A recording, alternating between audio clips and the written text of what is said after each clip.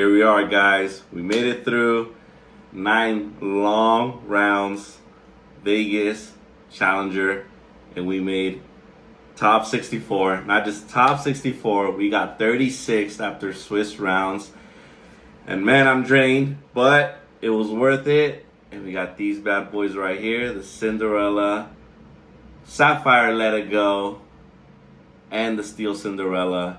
And what did I play? Sapphire Steel. The deck that wasn't real in a blue-red format because it just... people were telling me crazy. People were trying to get me to switch the deck the minutes before. And I've been sticking to it for like a month and a half nonstop. Honestly, since the new set came out and everyone jumped to blue-red. I stuck with it, guys. It does not have the spicy cloud kicker, but I think it's definitely a cool list. Only 2 people of the top 64 were playing blue steel, and only 3% of the whole 2,000 players were playing Sapphire Steel. But I'm gonna show you guys the list. Sorry it's been a while, I didn't post video, guys. I was really just practicing and focusing for Vegas, which is why I wasn't able to kind of just go off on YouTube. But with that, let it be. Thank you to everyone. Shout outs to everyone that stayed at the Airbnb with me. Honestly, like 19 people from like so many places. And thank you to all the people that said congrats. But yeah, they helped me test. And then, yeah, it's just been amazing. But I want to show you guys the deck list. It is a 60 card build. And let me just kind of guide you guys through it. And I believe that this deck is very real for this format and is very powerful. And it can contest against almost anything. You don't have the bad hyper aggro matchup. And you don't have a bad red-blue matchup the way this is built. I did face 4 red-blues out of 9 rounds. That's almost half of my rounds. Purple-reds, I think I faced like a hyper aggro like Amber Steel, and I kind of just went all around and just kind of very like well-rounded deck. But let me show you guys the deck. Also, with the tickets. Sheesh. So, pretty good day, pretty good weekend. Let me show you guys the deck list here. Alrighty, we are on 8 Pawpsicles. No, I'm just kidding. No, we're not. We are on 4 Pawpsicles and 2 Fortisphere. So we are only playing 6 Pawpsicles, right? I needed to make room for certain cards. I did not want it to go over 60. I wanted to try to make it as consistent as can be. And also, when I was playing 8, it was way too many. And 6 just seems to hit just right. And just when I want to see it. In this deck, I believe Hiram is your secondary draw engine. And you prioritize, for the most part, Hiram. You prioritize Whole New World. So 8 is not as much needed as you would think it would need. For my other 1-drops, I am playing 2 Fire the Cannons. This is able to hit Diablo. This is able to check Flynn. Sometimes when you have like the... no 1-drop body, or you're able to like not have a Tipo on turn 3, you can check the Flynn if they're trying to contest it. But it's very strong, honestly, against hyper aggro. There's a lot of situations that comes out when a Maui tries to trace on something and then survives. You just hit him with the Fire of the Cannons and you get rid of it. It's just a really good, powerful card. 2 of it. I would consider playing a 3rd. But I did not want to get too old by blue-red, so I had to be really careful with my ratios on low to the ground cards. I am playing 2 Captain Hook, obviously not 4. Like I said, I wanted to make sure I don't go too low to the ground. Good card. I played at the competitive challenger the day before, and I was kind of not contesting early board on the matchups that I should have. So I did it to add Hook, and this was my last day add-ins. I ended up cutting an 8-drop Mufasa, and I ended up cutting a Pawpsicle because I was actually on the 7. So this is my add-in when playing the Captain Hooks. This card goes very well with the Captain Hook. I'm not going to cut the hooks, honestly. This synergy is really good because sometimes you can just keep questing off Smee and it doesn't take as damage. And if they want to contest the Smee thinking they're getting a valuable trade and then you just clap them back with the hook, is very powerful, it's very strong. I think these two are just very well paired together and I am liking the synergy. Another line that you can obviously go, it's Tipo. The way this kind of deck works, you kind of have to choose what line you want to go for. You want to go the Tipo route or you want to go the Smee route, and that just kind of takes throughout practice and experience of just keep playing the decks. You just kind of, you see the deck or you see how they're playing it, and that's kind of the line that you take. Tipo's really strong. Tipo allows you to go from 2 to 4. Then you play some pretty good 4 drops. So if you do go to 4, you are playing options like Hiram, which is very powerful, right? That is not that. Oh my god, where's my other Hiram? Let's cancel these guys. My bad, my bad. Oh my god, did I lose my Hiram?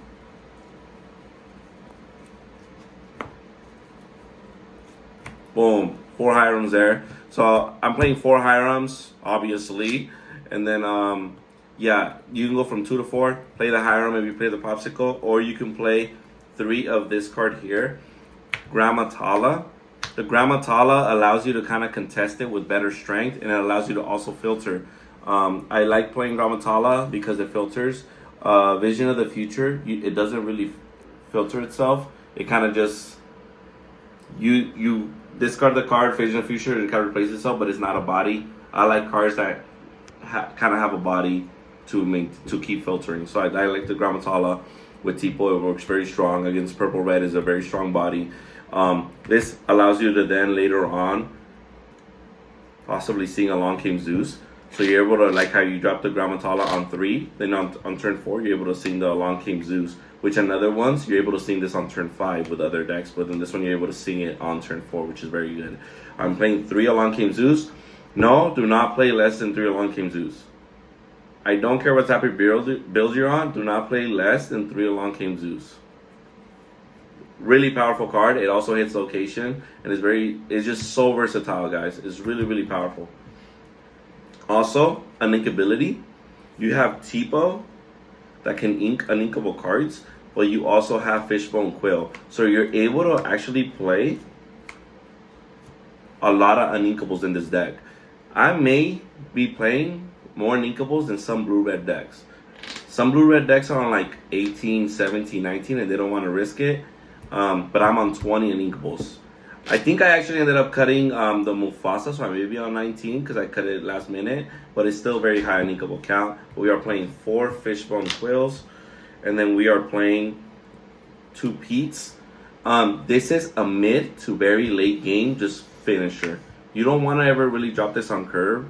Against Amber Steel's, I guess pretty good, or against like Green Yellow or certain decks, it can be good to have 4. But those are not the decks I was targeting. I did not want to lose to Blue Red, so the Pete was the one that I wanted to hit later on in the game. After I go like a really wide board, then you just hit the Pete. And a lot of my characters do not die to the big Sisu Dragon, so I kind of just win the game from then on. It's just a literally good blow. But I see it in the mulligan, I put it back in, and I don't hope to see it until late game.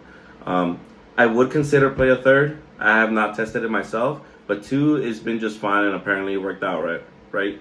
So let's go with the 5 drops now. I'm playing the Cogsworth. Really good, really powerful card. Certain matchups, you kind of just drop this, and they're really having a tough time. I know the new Green Steel deck, as you guys saw, that one is very popular. This is going to be a really strong card. It might be a bump up to 4 depending how the format shifts. But 3, again, I wanted to make sure I don't get too old by blue-red, which is why I'm playing 3. And Lorcana is a very generous mulligan. So 3 is just fine to see it in the matchups that you need to see it on. It's really good. So we got the Cogsworth there. 3 of them. Give everything resist, and it has a ward. So when you're able to drop him, he's going to pretty much be a guaranteed singer. Guaranteed singer for cards like 2 Grab Your Swords or 4 Whole New Worlds. So these are the cards that he can possibly sing. Grab Your Sword has been very good, strong at 2.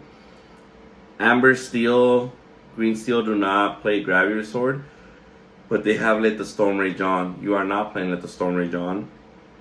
You still need to have Grab Your Sword in your deck. It helps you against hyper aggro.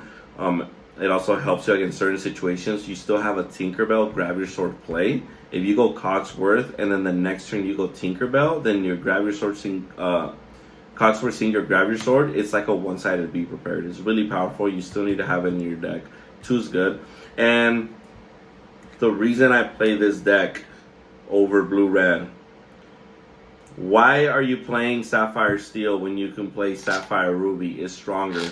Because Sapphire, I can go ramp, play like a 5 or 6 drop, sing Holy World, and I have twice as much as you, and I like literally outvalued you when you discarded 4 and gained like, you know, you only like technically got the 3 card difference, and I like drew 7. So this card is very strong, very good. It is a very key important part into blue-red. People say you do not want a whole new world of blue-red player because they matched your ink. That is incorrect. You just want to continuously hope to like whole new world them on curve, and they literally run out of like removal, and they like start panicking, and then they just need to make sure they top deck and their ratios got thrown off, and it's just really good way to race them. As soon as you get certain cards in this build, then you just kind of go into a race, and you just kind of put pressure. So you like develop a board. If they whole new world you, you go. If they be prepared you, or if they hit you with a blowout, then you're able to like deliver another board, and then if they hit that, then you go whole new world, deliver another board. Then if they hit that, you just continuously keep doing that. And you, it's still a bad matchup, quote unquote. But if you hit your whole new world on a nice curve, at least 3 of them, right? Then you're just gonna possibly win that game, because a lot of blue-red players just not know how to kind of continuously deal with that possible threat of me having a whole new world or not.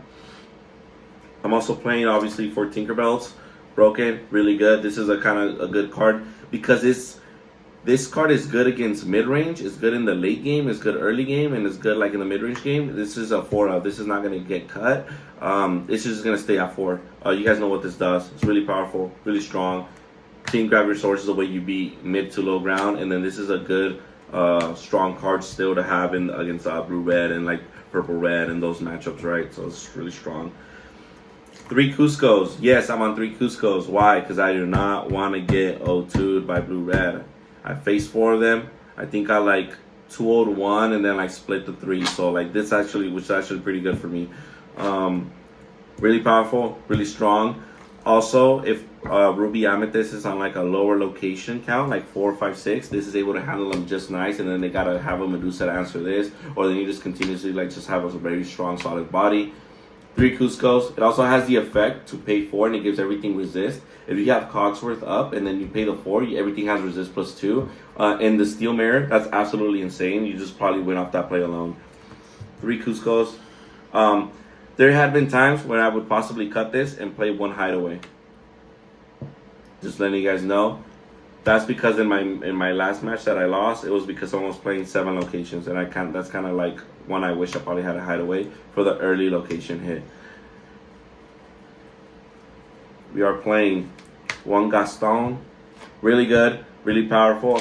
It may be a one-off, it may be awkward for many of you guys. For many of you guys, don't knock it till you try it. You're gonna like the card. Very, very good, very strong. 3 Quester, good body, 4/4, solid into a lot of matchups.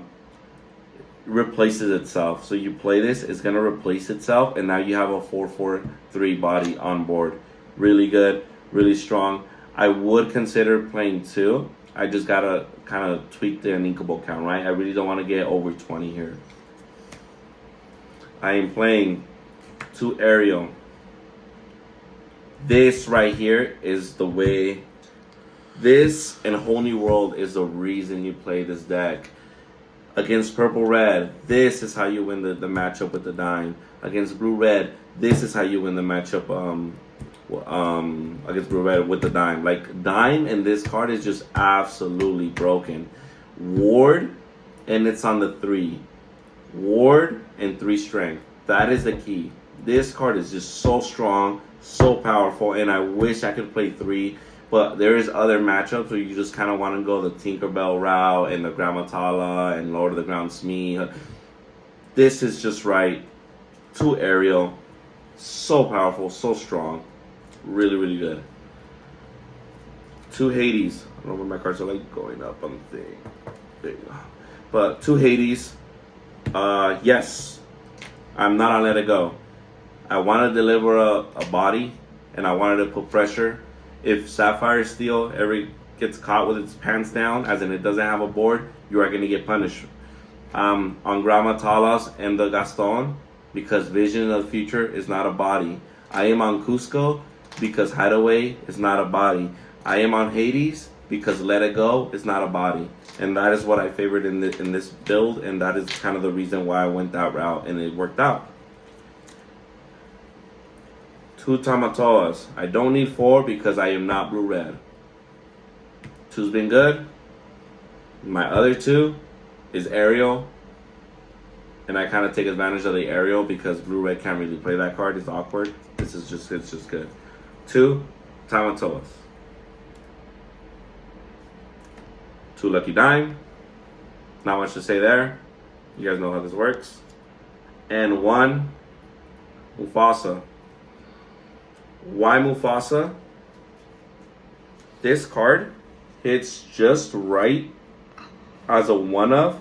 It was a 2-of, and I had to make a changes last minute, and I had been thinking about cutting it to 1, but I would not cut it completely. The reason that I am not going to cut that card completely is because he demands an answer, and as a blue steel player, this, no deck can do what this does right here.